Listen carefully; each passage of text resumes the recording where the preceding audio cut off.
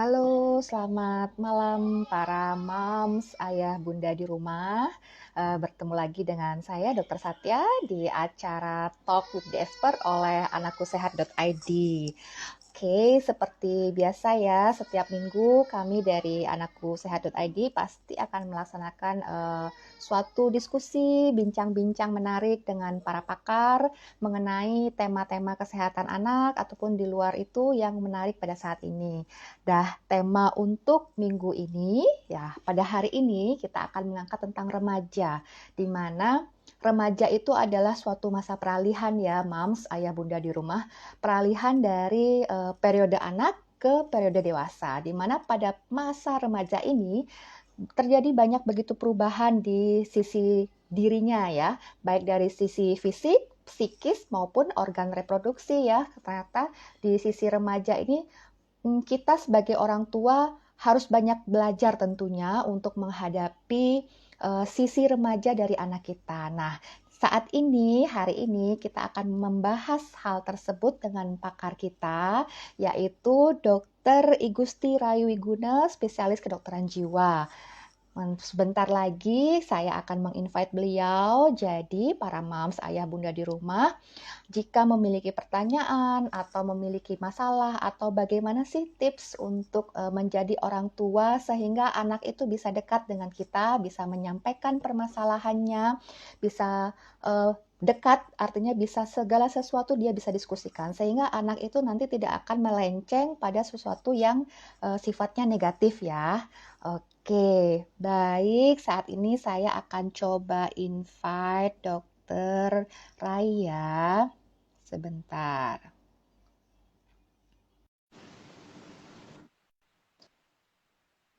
Sambil menunggu, kita diskusi dulu ya, Mams.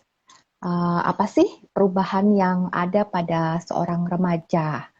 Oke, baik. Dokter Rai sudah hadir bersama kami di sini. Selamat malam, dokter. Halo, selamat malam, Dokter Satya. Iya, selamat malam. Terima kasih atas kesempatan dan waktunya sudah mau bergabung bersama kami di acara anakkusehat.id, dokter. Baik, dok. Kalau kata pepatah nih, jika tak kenal maka tak sayang, maka izinkan saya memperkenalkan sedikit mengenai dokter Rai ya. Para moms, ayah, bunda di rumah, dokter Rai merupakan seorang psikiater di klinik Sudirman Medical Center di daerah Sudirman. Begitu juga beliau adalah seorang penggiat kesehatan jiwa di Berteman Baik, Lisa Helpline, Seleman Indonesia, dan juga Rumah Berdaya KPSI Bali. Beliau sangat aktif untuk sisi sosial dan juga masalah kesehatan jiwa. Semoga saya tidak salah menyebutkan ya, dokter. Ini Baik. Oke dok, untuk tema malam kita ini adalah mengenai remaja ya dokter, di mana kita ketahui bahwa remaja itu adalah peralihan dari anak ke sisi seorang dewasa. Nah kalau saya kan lebih banyak mengenai tentang anaknya, tapi kita juga membahas tentang remaja. Cuman bagaimana sih kita menyikapi sebagai seorang orang tua mungkin ya peralihan dari seorang anak menjadi seorang dewasa, di mana di sini kita disebut mereka seorang remaja karena di remaja itu kita tahu kalau perubahannya sangat banyak ya dok ya, mulai dari fisik, dari psikisnya, juga ada perubahan dari sisi reproduksi. Mungkin sedikit dok, apa sih yang sering timbul atau permasalahan yang mungkin dokter temui dari orang tua yang mungkin sharing ke dokter atau mungkin pasien sendiri seorang remaja di praktek sehari-hari dok? Mungkin silahkan dokter. iya, iya. Seperti tadi dikatakan ya, bahwa sebenarnya remaja ini peralihan ya dari anak-anak dewasa. Anak-anak bukan, dewasa juga bukan. Dan saya percaya betul, apapun itu anak-anak atau remaja, itu bukanlah orang dewasa yang tubuhnya kecil. Ya. Seringkali Mhm. pandangan kita, eh, orang tua adalah seperti itu. Harusnya jadi galaunya remaja itu ya umur 12 tahun sampai 18 tahun itu kadang disebut dewasa sama orang tuanya. Kamu kan sudah gede, harusnya bisa dong seperti ini gitu. Tapi Mhm. giliran mengusulkan sesuatu, kamu kan masih kecil, anak-anak ya kan. Bingung juga ya menjadi Mhm. mereka ini. Nah, kemudian kita juga harus memahami ya di usia sekian ini ya 12 sampai 18 itu ada dua tugas sebetulnya dalam perkembangan psikososial. Jadi kalau perkembangan fisiknya udah luar biasa anak-anak sekarang ya. Anak saya yang pertama umur 12 tahun itu tingginya udah lebih tinggi daripada saya. Iya, iya. Perkembangan hormonalnya juga makin maju kan ya. Haid itu udah makin muda ya kan. Tetapi tidak dengan perkembangan mental. Itu yang mesti disadari. Jadi ada dua tugas paling tidak di usia tersebut sebenarnya. Di awal ya dari umur 5 sampai 13 tahun. Jadi di awal masa remaja itu sebetulnya harus sudah terbentuk yang dinamakan kompetensi. Jadi seorang anak harus sebaiknya ya tahu bahwa dirinya tuh mampu dalam suatu bidang. Jadi sebelum masuk remaja umur 12 tahun, dia pernah merasakan bahwa dia cakap untuk satu hal, ikut lomba, juara, ya kan. Makanya kalau anak-anak ya sebelum usia 12 tahun ikut kejuaraan pasti semua dapat piala kan. Semua dapat piagam. Jadi lomba gambar gitu, semua dapat. Nah, itu untuk membangun citra dirinya bahwa saya itu oke loh, saya bisa oke dalam satu hal paling tidak, ya. Nah, Sebagai reward mungkin dia dok ya, kayak reward bahwa dia bisa berpartisipasi gitu ya. membangun citra diri bahwa ada loh hal yang saya mampu, saya cakap di bidang ini. Susahnya kalau orang tua kemudian sudah mempunyai patokan bahwa kamu tuh anak yang baik, anak yang pintar kalau apa? Biasanya ranking 1 di sekolah misalnya. Atau kalau matematika tuh harus dapat sekian ya. Padahal belum tentu kecakapan si anak di bidang itu. Dan itu bisa macam-macam. Bisa kemampuan sosial, nggak selalu soal akademik. Oh, kamu pintar ya berteman, banyak teman dan sebagainya. Jadi yang dibutuhkan pujian. Nah, kemudian setelah ya umur 13 tahun itu soal. Nah, ini kebanyakan orang tua biasa keluhannya tuh mulai ngelawan dia, Dok. Jadi kalau usia 6 sampai 12 tahun itu cenderung terutama 6 sampai 10 tahun ya, itu paling taat. Kalau kita ingat ya dulu zaman kita sekolah, itu usia di mana nggak boleh nyontek, itu kita bisa begini kan. Jadi benar-benar taat peraturan. Nah, ketika di atas 12 tahun, tepatnya di atas 13 tahun mulai nih. Sebenarnya memang terbentuknya fidelity. Jadi kemampuan untuk mengetahui sendiri sebenarnya apa sih yang yang bisa saya tempuh, apa sih dampak yang bisa terjadi kalau saya memilih ini dan sebagainya. Dan lingkungan keluarga bukan lagi menjadi nomor satu pengaruhnya di kebutuhan psikososial remaja ya, di usia di atas 12 tahun. Jadi mulai nih teman-teman, sekolah, ya kan, itu yang paling berdampak luar biasa. Termasuk juga misalnya komunitas hobi, ya. Nah, ini yang lebih banyak berpengaruh, ya. Kalaupun kemudian jadi menentang, itu yang pertama bagi keluarga menjadi masalah. Kemudian yang kedua misalnya mulai pacaran-pacaran, Dok. Sebut orang cinta-cinta monyet nih gitu. Tapi remajanya jelas nggak mau dibilang begitu, ya kan? Ini benar kok. Walaupun kedekatan-kedekatan ini biasanya lebih bersifat identitas, karena kan penemuan identitas di fase ini ya. Jadi, aku pacaran sama anak basket, aku pacaran sama anak band, aku pacaran sama gitu, identitasnya yang melekat, bukan pribadinya, belum pribadinya. Nah, seringkali kalau kita sebagai orang tua menanggapinya tidak pas atau berlebihan, nah di situ mulai terjadi konflik, ya. Itu sih barangkali, ya. Oke. Baik, terima kasih dokter. Jadi itu sebagai pembuka ya Mams ya, di mana kalau di masa remaja itu sungguh sulit kita menghadapi baik sebagai orang tua ataupun di sisi anaknya sendiri karena mereka masih berusaha untuk menerima dirinya. Oh dia ada perubahan nih, mau perubahan fisik, mau perubahan emosi ya, seperti itu ya dokter ya. Baik dok, dalam 1 minggu terakhir ini kami memang sudah memberikan sedikit materi edukasi mengenai remaja ya dok, dan beberapa sudah ada pertanyaan pertanyaan mengenai masalah yang kita bahas saat ini secara DM ke akun anakkusehat.id. Mungkin akan kita bahas saat ini ya dokter ya, sambil menunggu mungkin ada beberapa pertanyaan yang akan live nanti di kolom chat. Baik dok, di sini ada pertanyaan, bagaimana sih dok mempersiapkan diri atau persiapan apa saja yang harus dimiliki oleh seorang orang tua untuk menerima anaknya yang sedang beranjak dewasa? Silakan dok.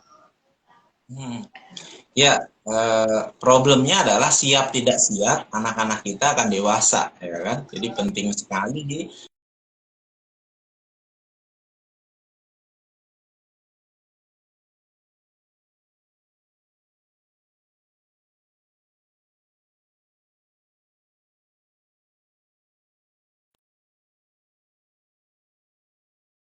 kaget, orang tua kaget, halo, ya. Ya, maaf dokter terputus. Ya, silakan dok. Ya, banyak orang tua kaget di satu periode tiba-tiba baru mengetahui bahwa anaknya melakukan apa, ya kan? Atau hobi barunya apa dan sebagainya. Banyak remaja menyembunyikan, ya, tentang apa yang ingin dia jalani, apa kegiatan yang ingin dia pilih, semata-mata karena misalnya orang tua masih terlalu protektif. Ada ungkapan ya bagi seorang mama, ya, anaknya apalagi anak wanitanya itu selalu masih anak kecil. Padahal kebutuhan untuk remaja adalah inisiatifnya yang kita dengarkan. Jadi ada baiknya misalnya orang tua, pelajaran apa dok yang utama nih kalau anak saya beranjak remaja? Pelajaran mendengar. Jadi kalau masa anak-anak, bolehlah kita yang banyak yang membimbing, mendampingi. Tetapi ketika sudah mulai remaja, banyak mendengar. Kebetulan ya saya anak 4 ya, yang nomor 1 bisa dibilang udah remaja ya, karena 12 tahun. Kadang-kadang kita heran juga, banyak informasi yang dia terima itu justru dari internet, ya, dari televisi dan sebagainya. Nah kalau kita over reaktif ya terhadap apa yang dia katakan, dia akan berhenti bercerita tentang hal itu. Bukan berhenti untuk melakukannya, tapi berhenti untuk menceritakannya. Jadi pandai-pandai mendengar, kemudian tidak buru-buru menanggapi, tidak buru-buru berasumsi tepatnya, ya kan? Sering pernah nih yang ada datang ke klinik ya, dok, tolong dong diberitahu anak saya, ya kan? Ya baru SMP kelas 1 sudah pacaran dok. Ya. Sebenarnya agak unik ya, orang tuanya saja tidak bisa memberitahu, ya kan, terus disuruh ke psikiater untuk memberitahu. Akhirnya saya tanya ya, akhirnya banyak kita mendengar, saya justru melatih orang tuanya untuk mendengar. Coba Bapak Ibu diem dulu, kita dengar dulu. Pacaran itu ngapain aja deh? Oh, ada yang nanyain dok, udah belajar apa belum, ya kan? Terus kalau udah ada nilai yang keluar, jadi ada yang masih tahu. Ya kan? Kalau pas istirahat sekolah, jadi banyak ngobrol, ada yang diajak ngobrol. Ya kan? Seperti itu jawabannya si anak. Ini wanita. Saya tanya kalau sama mamanya, Bu, kalau pacarannya begitu boleh nggak? Boleh dok. Jangan 1, 10 punya pacar seperti itu. Boleh kan? Mau cuma aktivitasnya saja. Saya tanya ibunya, ibu pikiran ibu kalau pacaran tuh ngapain? Oh pacaran itu begini dok, begini, begini. Itu pikiran orang tuanya, kan? Jadi mendengar dulu apa sih yang terjadi dan sebagainya. Ya, dan permasalahan remaja itu sangat beragam ya, variatif. Kita harus mulai berlatih untuk tidak terlalu kaget dengan hal itu dan terlalu cepat bereaksi. Nah, penting sekali kemampuan untuk mendengarkan ini sehingga dia merasa nyaman. Jadi besok-besok ada masalah, ada sesuatu yang dia hadapi tidak nyaman, kita menjadi orang nomor 1 yang diceritakan. Nah, kalau kita terlalu overreaktif, ya kemudian lebih banyak menghakimi, lebih banyak larangan, ya sebelum orang kemudian menceritakan rencananya, keinginannya, itu sudah dipastikan si anak remaja akan tidak nyaman. Dan bisa jadi kita jadi orang terakhir yang akan tahu ketika dia punya masalah. Jadi bisa dikatakan, nah sesuai judulnya Life BG sekarang, anak remaja di atas 12 tahun, lebih baik kita orang tua jadi teman baiknya, bestie. Seperti itu sih yang paling penting untuk kita. Kelihatannya mudah ya mendengarkan, tapi biasanya kalau jadi orang tua, apalagi anak sendiri yang kita udah gemetan, ya kan? Iya. Nah, kasus ya di mana anaknya berkonflik di sekolah, orang tuanya yang datang, ya kan? Bapak baca di berita seperti itu, gitu. Sepertinya itu sangat sering terjadi ya dok, kalau umpamanya anaknya yang berantem, orang tuanya yang duluan yang datang ke sekolah untuk berargumen, membela anaknya masing-masing seperti itu. Memang kalau berhadapan dengan anak, khususnya kalau kita sebagai orang tua tuh, kita ingin yang terbaik gitu dok. Sebenarnya kan walaupun saya juga seorang medis gitu, tapi tetap kadang-kadang tidak bisa mengontrol emosi. Anak kita selalu menginginkan anak kita yang terbaik, berusaha menjadi sesuatu yang baik. Nah, bagaimana sih dok? Atau apakah ada ucapan atau cara penyampaian supaya kesannya kita bisa bersahabat dengan anak kita sendiri gitu? Kadang kalau kita sebagai orang tua meminta tolong atau menyuruh sesuatu yang baik tuh kesannya jadi seperti memerintah gitu, padahal sebenarnya tidak gitu. Ada sih nggak tata cara atau cara penyampaian supaya anak itu bisa menganggap kita sebagai temannya gitu dok, seumur sebaya? Iya, tadi sebenarnya udah disampaikan. Jadi di masa remaja ini masa pencarian identitas. Tapi juga nggak perlu juga kita ngomong, kamu sekarang tuh lagi cari identitas ya, nggak begitu juga. Tapi intinya dia akan sangat senang ketika dikaitkan tentang apa ya, suatu tertentu ya. Misalnya, kamu main basket ya yang keren ya kan. Wah, kamu pinter ya di sekolah ya. Wah, kamu pinter nyanyi ya.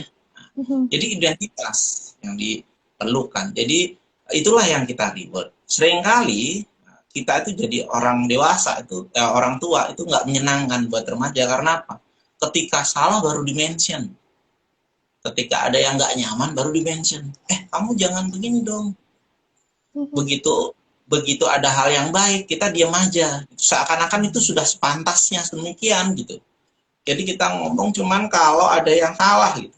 Bisa kebayang kan di ingatan seorang anak remaja, wah kalau orang tua ngomong berarti saya ada yang salah nih, sampai ada pemikiran. Jadi lebih baik misalnya reward unreward. Misalnya kalau ada hal yang baik itu di-mention, lebih positif gitu. Sekecil apapun gitu. Wah kamu udah mulai olahraga ya, wah keren nih, ya kan? Walaupun dia masih baru 10 menit aja, tapi capek nih gitu. Oh nggak apa-apa, yang penting udah mulai, ya kan? Kalau ada yang nggak berkenan, yang penting tidak membahayakan, ya kan? Itu lebih baik gitu. Ya kan? Orang kan merasa, kalau orang tua ngomong berarti ada hal yang baik yang kita lakukan. Jadi dia lebih ke arah positif ya, yang dia lakukan. Kecuali nanti udah bahaya banget, kayak misalnya, wah nih narkoba nih gitu ya. Lagi-lagi kita harus menjadi orang tua ya. Tidak selamanya kita menjadi temannya. Kemudian yang patut diingat juga, bukan berarti kalau kita menjadi teman baiknya, oke, orang tuanya jadi anak remaja lagi nih. Nah, anak suka ini, dia suka begitu. Ya ada juga loh klien saya yang bersaing sama anaknya. Ya kan? Belanja Shopee yuk, begini bersaing. Ya kan? Ikut jiwa muda ya dok ya, ikut berjiwa muda. Tapi si anak kesel juga. Kenapa? Dibandingkan dengan orang tuanya. Beberapa kasus misalnya, mamamu ini remaja wanita ya, mamamu cantik banget, kurus banget, kok kamu begini nggak mirip? Kan ucapan-ucapan seperti itu di kalangan sahabatnya, di sekolah, itu bagi kita mungkin hal yang wajar saja, tetapi buat anak yang sedang mencari identitas itu pukulan yang luar biasa berat. Terus kalau nggak paham, mamanya malah senyum-senyum aja, dianggap pujian buat mamanya. Padahal itu mendaunkan mental anak ya kalau seperti itu. Iya. gitu. Ya.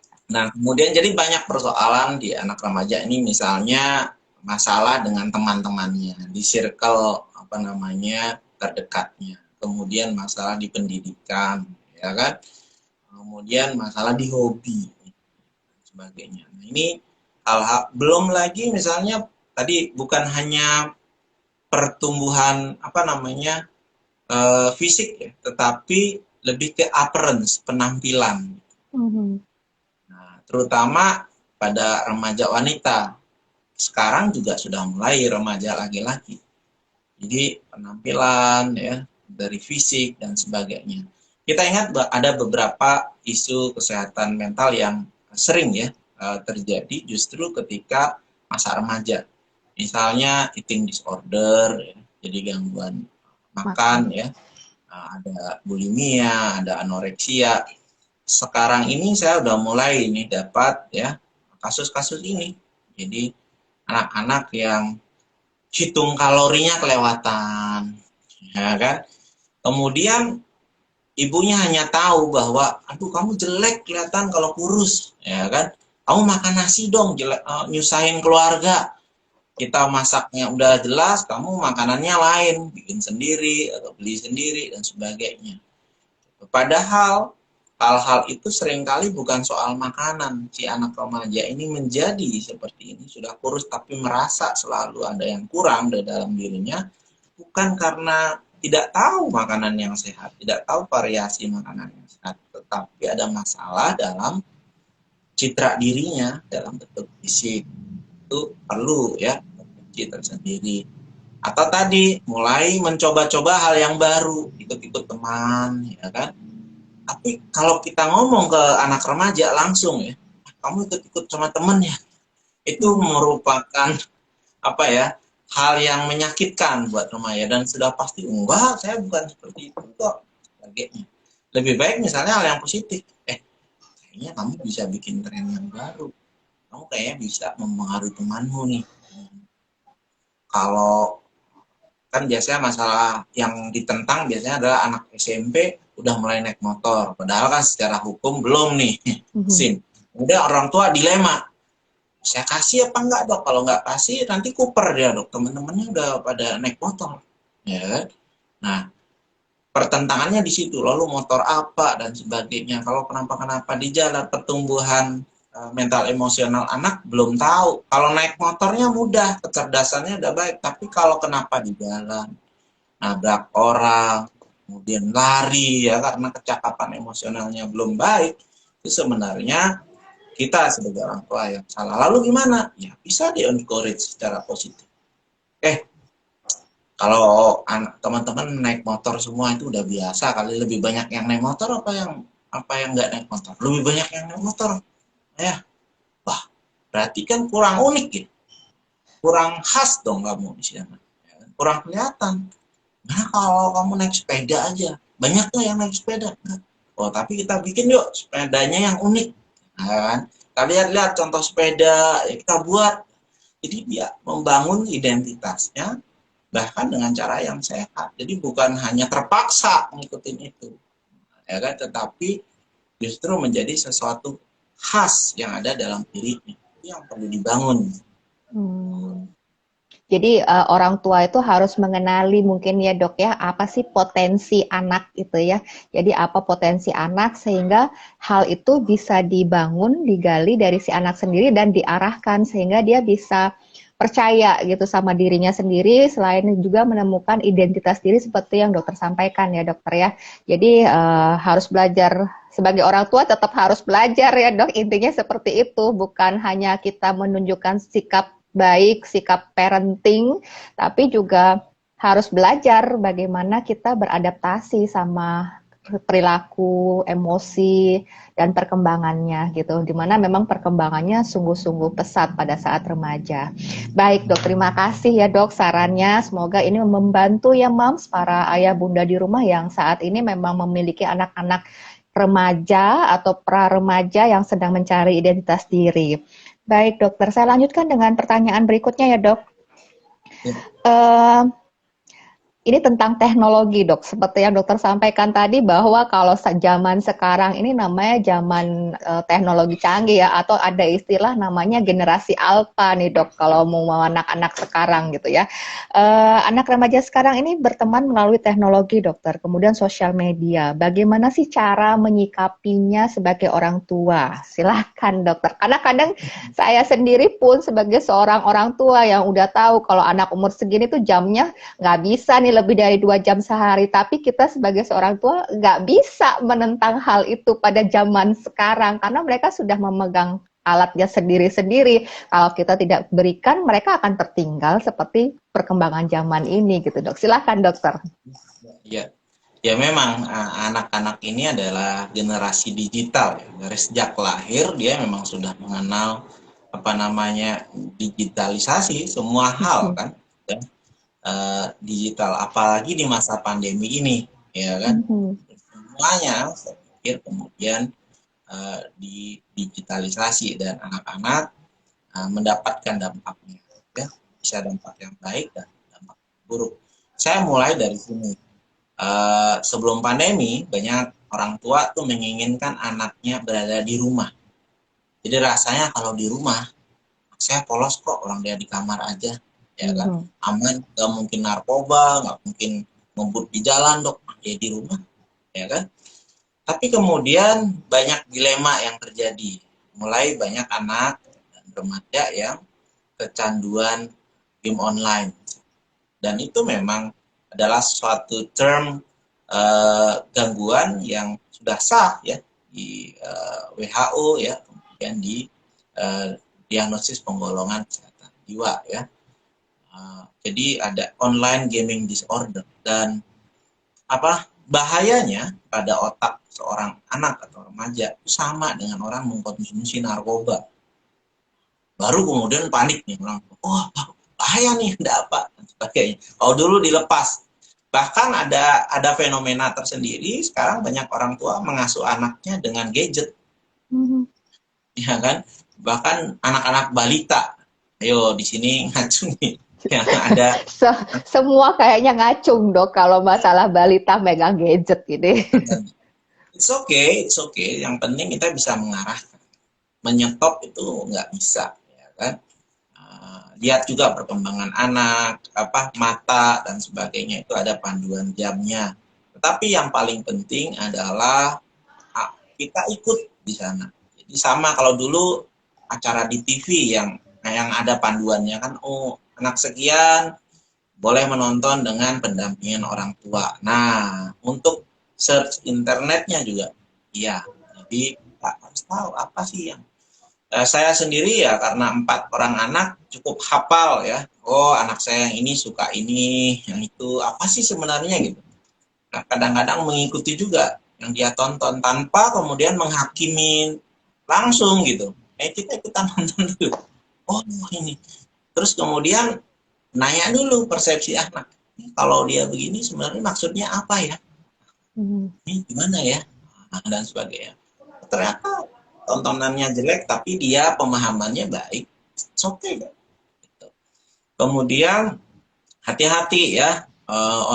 Sekarang juga banyak kejahatan-kejahatan. Saya cukup ada kasus ya di mana apa ya, phishing ya, misalnya ada di online game itu kan bisa main dengan orang siapa saja, kemudian kenalan di sana lalu pindah ke WhatsApp dan sebagainya.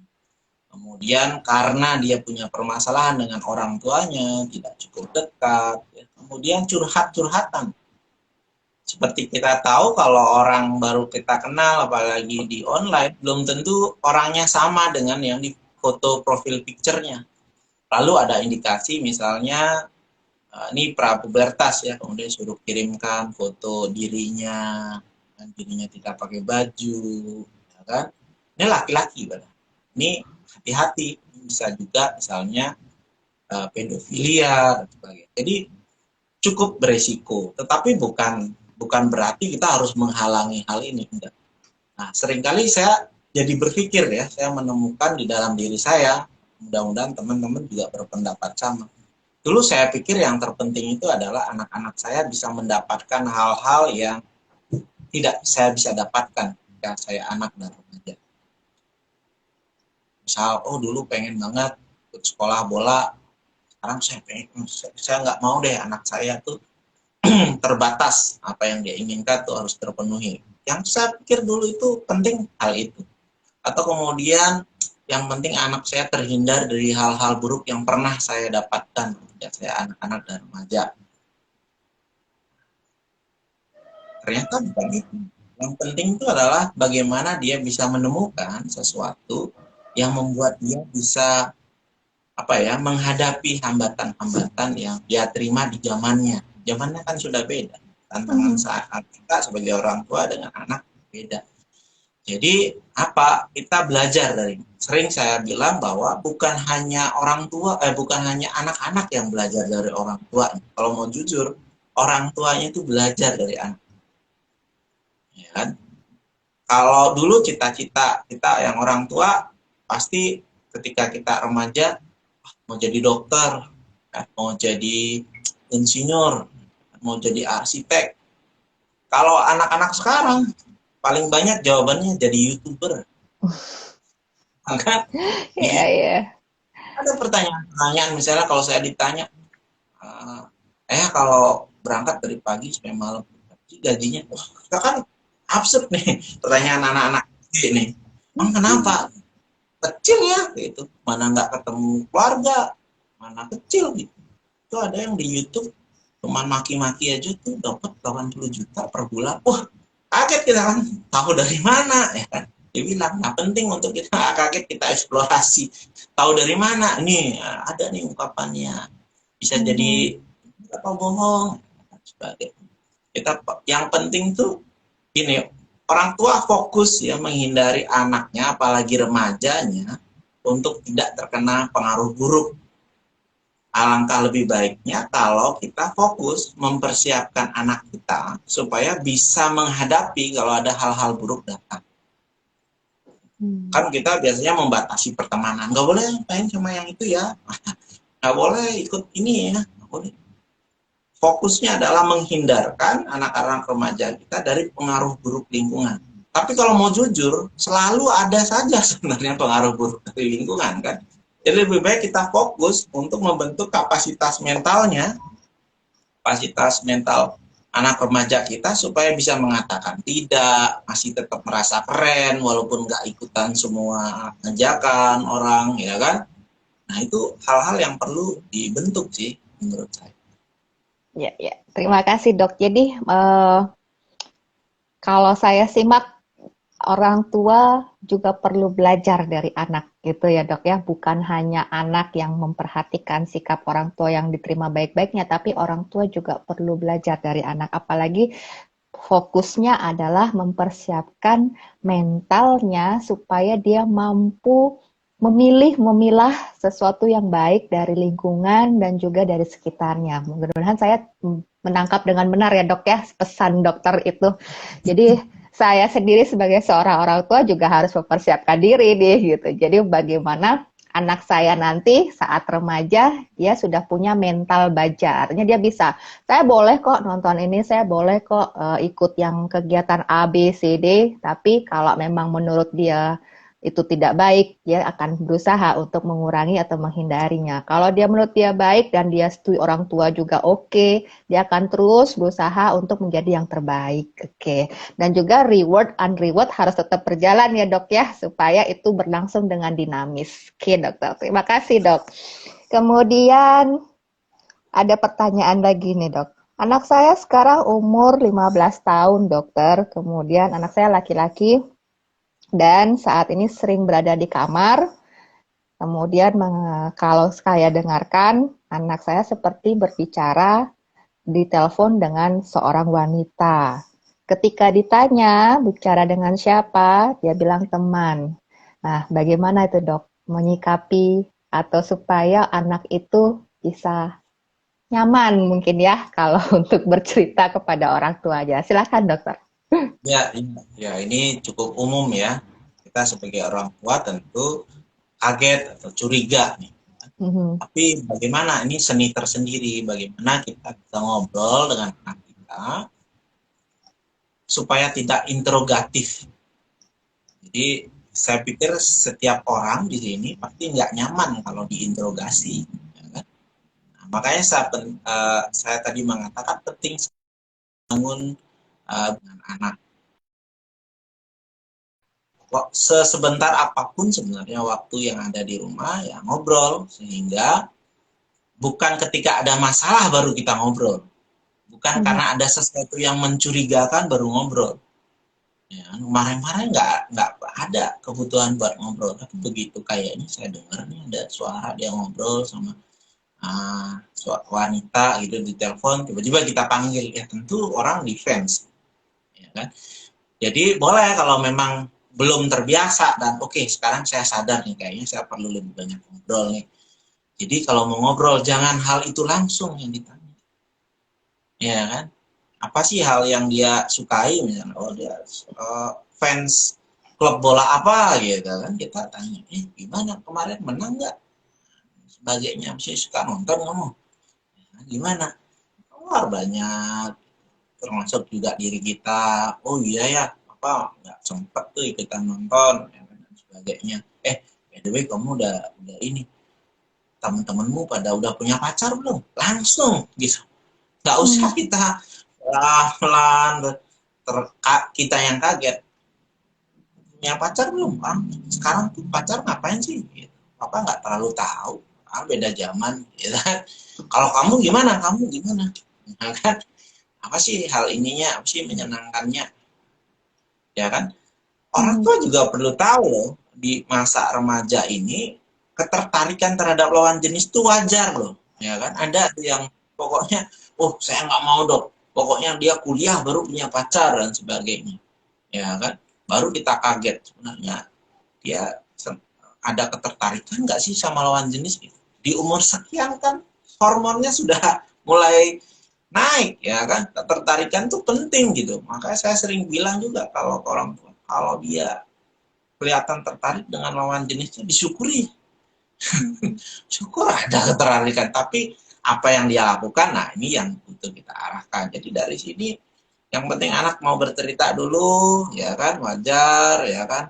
Ya nggak usah diancam-ancam juga. Bener loh ya, awas bohong kamu, sebagainya. Ya beri kepercayaan, bilang iya, bilang dulu, papa percaya kok kamu bisa, kamu udah mulai. Nah itu di encourage, kamu udah bisa ini. Ya kalau nanti ada salah apa kamu bingung, cerita aja, ya kan. Itu boleh kasih waktu, ya kan. Beberapa hari dia ada keinginan untuk cerita dan sebagainya, baru kita tanya, ngomong-ngomong kamu asik banget kayaknya di kamar gitu, pacar baru ya, nah, kan dan sebagainya, ya kan. Donan, kalau dia mau cerita jangan dipotong dulu kitanya. Maka tadi kadang-kadang apa yang ada dalam pikiran kita tidak sama dengan apa yang ada dalam pikiran anak, yang istilahnya dikelirkan dulu nih, apa itu maksudnya. Jadi akan bisa hal yang baik. Nah ketika itu sudah clear, sudah baik, ingat tetap dijaga obrolannya. Jangan ketika salah baru dipanggil, wah Iya, masalahnya kan kita sebagai orang tua selalu melihat yang negatifnya dulu, Dok. Kalau kalau ini ya saya tangkap dari sisi para mama-mama pasien ya gitu ya, yang datang karena anaknya sakit, kemudian bercerita tentang kakaknya, ya sekaligus mungkin bertanyakan dia selalu, artinya mereka selalu berfokus pada ketika menemukan hal negatifnya atau hal yang kesalahan mereka. Sedangkan pada saat mereka di satu titik yang benar-benar positif atau yang berprestasi, menganggap seperti yang dokter katakan itu adalah hal yang wajar, sehingga tidak mengatakan suatu pujian, suatu hal reward, sehingga itu membuat suatu jati diri buat dirinya. Nah, mungkin ini para mom, saya bunda di rumah harus aware ya, kalau anak-anak itu juga perlu dipuji jika mereka menemukan sesuatu yang positif dalam dirinya atau memang berprestasi, sehingga mereka tidak akan menjadi seorang yang rendah diri. Begitu mungkin ya dokter ya. Oke, terima kasih dokter. Dan berikutnya ini masalah tadi masalah pacaran, Dok. Kemudian Hmm. ini mengenai tentang edukasi. Dokter, bagaimana sih caranya bisa memberikan edukasi seksual pada anak, serta edukasi seperti apa yang harus diberikan? Karena mungkin anaknya, ya kalau kita memang saat ini pendidikan seksual dini itu memang harus diberikan ya dok, supaya hal-hal seperti ya yang tidak diinginkan tanda kutip seperti pedofil atau pelecehan itu tidak terjadi di anak-anak kita. Jadi nah, bagaimana sih dok orang tua atau hal apa sedari dini yang perlu diberitahukan kepada anak? Silakan dokter. Ya, maksudnya edukasi seksual secara umum ya. Banyak orang kan pikirannya sempit. Kok edukasi seksual pada anak? Bukan maksudnya edukasi hubungan seksual, ya kan? Seksualitas itu sebenarnya bahkan psikoseksual itu terjadi sejak kita lahir, ya kan? Seksualitas yang pertama yang ada adalah ketika baru lahir, anak sudah cari puting susu ibunya, itu sebenarnya salah satu perkembangan psikoseksual yang paling dini, ya. Tapi kemudian misalnya dengan perkembangan umur, ya, itu mulai yang sering ada hubungannya dengan edukasi seksual adalah ketika usia 3 atau 4 tahun. Orang tua takut, kok dia onani dok, kok anak saya masturbasi padahal masih umur 3 4 tahun, 5 tahun. Ya kan? Itu apa yang terjadi? Pikiran orang tua udah ngeres nih, wah jangan-jangan dia apa nih? Padahal sebenarnya ada perkembangan fase falik ya, usia 4 sampai 6 tahun itu memang wajar sebenarnya. Dia mendapatkan kenikmatan dari apa yang menyentuh kelaminnya, baik pada laki-laki atau perempuan. Tapi kalau kita udah langsung ditepok tangannya, dimarahi, karena kita yang takut, kamu kok apa namanya birahi sih anak saya dan sebagainya, itu normal. Hanya caranya disampaikan, enak ya kalau begitu kan, ya itu bagus, tapi ini kan tangannya kotor. Nah, tangannya kotor nanti bahaya. Nggak apa-apa kok dikatakan, ini apa namanya penisnya, ya kan, dengan bahasa daerahnya silakan dipakai. Penisnya gede ya, kamu bisa nggak pakai kencing, ya pakai pipis, bagus, hebat, ya kan. Ini karena kamu laki-laki, ya kan. Ini sama sama kayak ayah, ya kan. Kalau mama nggak punya, ada nggak saudaranya yang wanita, itu kan beda. Itu udah edukasi seksual, itu bisa kita arahkan, ya kan. Tapi disimpan nanti malu. Kemudian mulai edukasi soal area terlarang, ya, area segitiga. Jadi dari dada kemudian ke arah kelamin. Jadi itu nggak boleh dipegang oleh siapapun, termasuk mulut. Makanya sebaiknya sebenarnya kita mengajarkan anak-anak bahkan kepada orang tuanya itu hanya boleh pipi, bukan cium mulut. Tidak ada sesuatu yang boleh dimasukkan ke mengenali lubang yang ada di tubuh kita apa aja, ya kan, ditunjuk.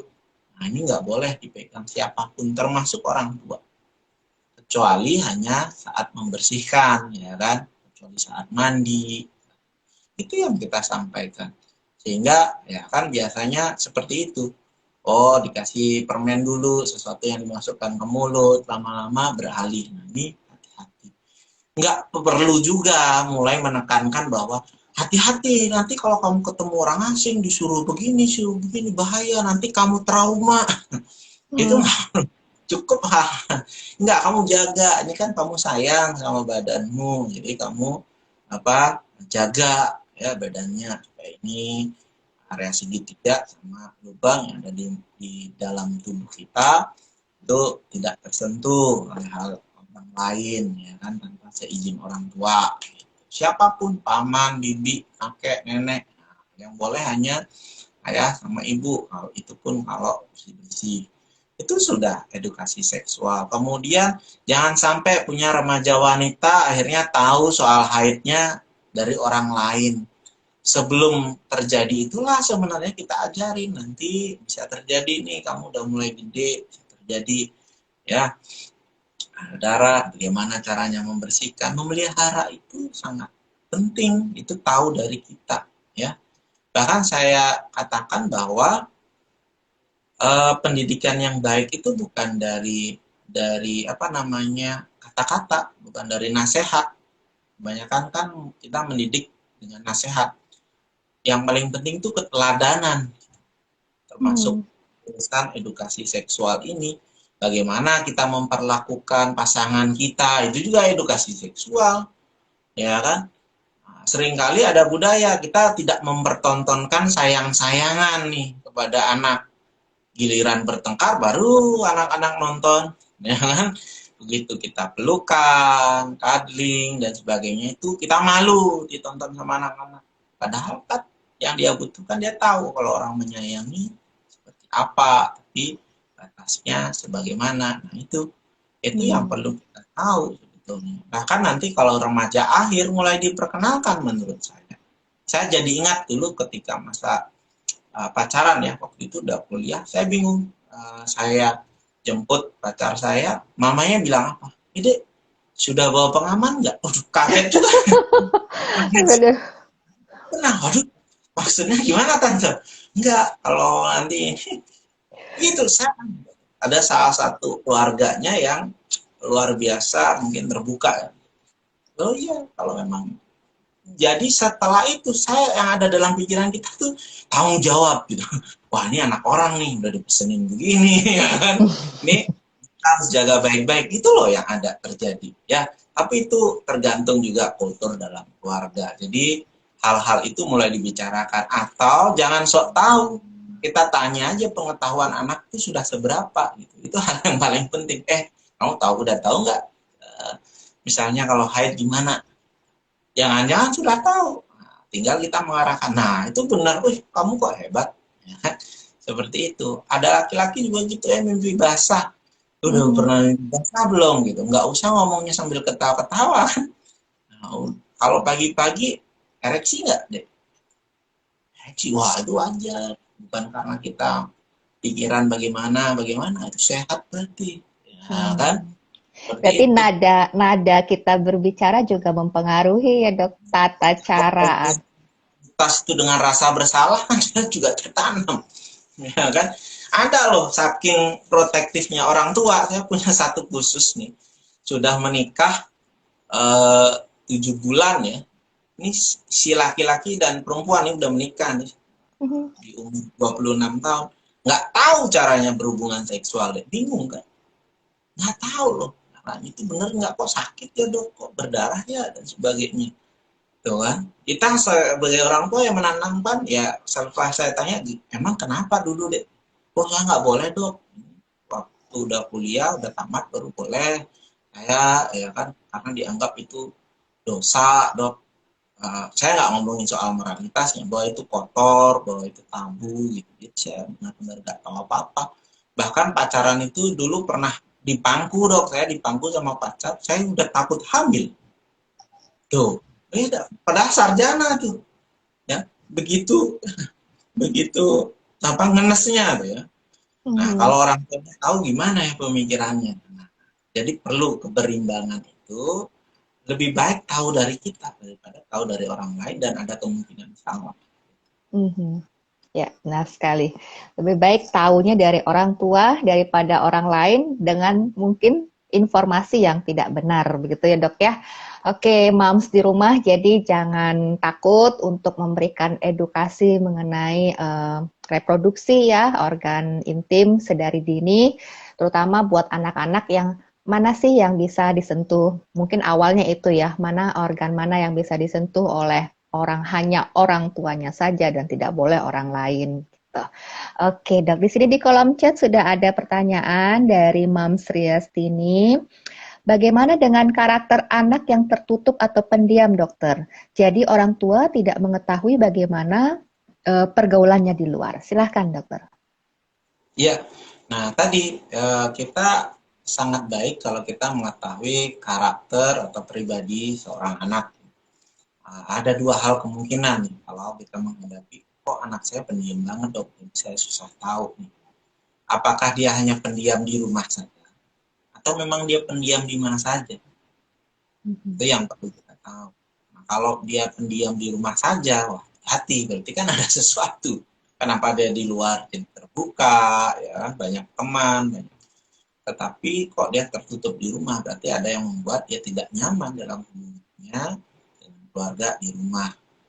Atau memang ada orang yang karakternya introvert, ya kan, tidak suka berbagi perasaannya di mana saja kalau itu, mau di rumah, mau di sekolah, mau bersama teman-temannya juga. Ya, nah ada juga fenomena yang saya lihat di kalangan remaja, anak-anak sekarang tuh lebih pintar untuk curhat atau ngobrol dalam bentuk tulisan. Jadi kalau chat, anak saya kalau chat rame dong, tapi kalau ketemu sedikit ngomongnya, ya kan, kemampuan verbalnya kurang nih. Mhm. Tapi kalau chat, ya kan, kalau ditanya udah baca aja chat, ada begitu. Yang kalau saya ajak konsultasi juga begitu. Jadi saya lebih enak kalau konsulnya online tuh. Saya nggak Jadi kita, dia kemampuan mengetik ya, artinya semuanya dicurahkan dalam tulisan gitu ya, Prof. ya, dia bikin jurnal, ya kan, dan sebagainya itu bagus. Bahkan saya kasihkan aplikasi, ya, journaling, ya bisa ngisi terus, ya kan, apa yang tapi kalau ketemu langsung nggak apa namanya kurang cakap untuk kemampuan verbal. Ya itu awal yang baik, ya awal yang baik, toh dia bisa komunikasi dengan cara yang berbeda, tetapi tentu perlu dikembangkan juga ya, rasa percaya dirinya untuk bisa apa namanya kemampuan verbal. Kemudian kita perlu untuk mawas diri nih orang tua. Sebenarnya saya buka aja. Seringkali kalau yang dikonsulin anak atau remaja pasti saya akses orang tuanya gitu. Akhirnya Betul sebenarnya sekali. buat anak gitu, tetapi akhirnya ujung-ujungnya konsultasinya lebih lama sama orang tuanya. Bukan karena kita yang bermasalah, bukan, tapi ada yang perlu diperbaiki. Bukan soal salah atau benar, tapi cocok atau tidak. Mungkin gaya pengasuhan itu cocok buat anak kita yang pertama, misalnya. Tapi karena karakter anak keduanya beda, pola pengasuhan yang sama kurang cocok. Sering saya mengandaikan eh, anak-anak itu anggap aja sebagai tanaman gitu. Ada yang kaktus, jadi kalau yang disiram malah layu. Ada juga teratai yang harus selalu basah gitu kan. Ada yang butuh kasih sayang perhatian yang sangat intens, tapi ada juga yang butuh disiplin dan pembatasan yang lebih banyak. Yang mana? Nah, kalau yang pendiam gitu, apakah ada cara yang nonverbal misalnya? Kedua, kemudian kita lebih banyak ngobrolnya saat aktivitas. Mungkin untuk awal-awal anak susah kalau ngobrol face to face. Gimana perasaanmu, Dek? Wah, itu pertanyaan yang secara umum sulit kalau ditanya ke orang Indonesia. Jangan perasaan, apa kabar gitu, jawabannya baik. Gitu. Padahal setelah itu ngobrol sedih, ya kan? Hmm. Atau biasa. Gimana kabarnya? Biasa. Biasa. Jadi penting di masa anak-anak kita mengembangkan bagaimana dia mampu mengekspresikan perasaan. Sedihkah, marahkah, dan mengembangkan bahwa semua emosi itu baik. Tidak ada emosi negatif. Kecewa, sedih, jadi mengajarkan I message. Nah, itu lagi-lagi keteladanan. Lebih baik bukan hanya untuk ngajarin anak atau remaja kita, tapi dimulai dari kita sendiri. Kalau kita ngobrol sama istri atau istri ngobrol ya sama suami pakai iMessage, aku ngerasa sedih loh kalau ini, kan akan sangat menyenangkan kalau itu. Kalau doa depannya kamu males ya kan pasti bikin bikin memblaming. iMessage saya merasa apa, saya berpikir apa, ya kan, karena apa. Contoh yang gampang tuh selalu saya kasih ini. Kalau saya pulang kerja, ya udah kerja pagi sampai malam, sampai di rumah terus istri juga, kamu nih males sekali gitu. Loh kan bingung, udah kerja, ya kan? Lah, kalau kita dengan pasangan saja masih begitu, dapat dipastikan kalau pada anak-anak kita pasti demikian cara ngomong. Padahal yang dia maksud, ada apa sih maksudnya? Itu sampah udah 3 hari disuruh buang, udah keluarin tapi nggak. Oh iya itu gampang, karena kan jelas. Jadi sama anak juga demikian. Jadi kalau dari masa anak-anak SD gitu dia udah mampu mengungkapkan, aku sedih deh kalau begini-begini, wah ini aman nih, ya kan? Tapi kalau kalau belum ya kita latih apa sih? boleh pakai emoticon dan sebagainya. Mana kan untuk lihat gimana sih kemampuan dia mengekspresikan. Itu sih Bang.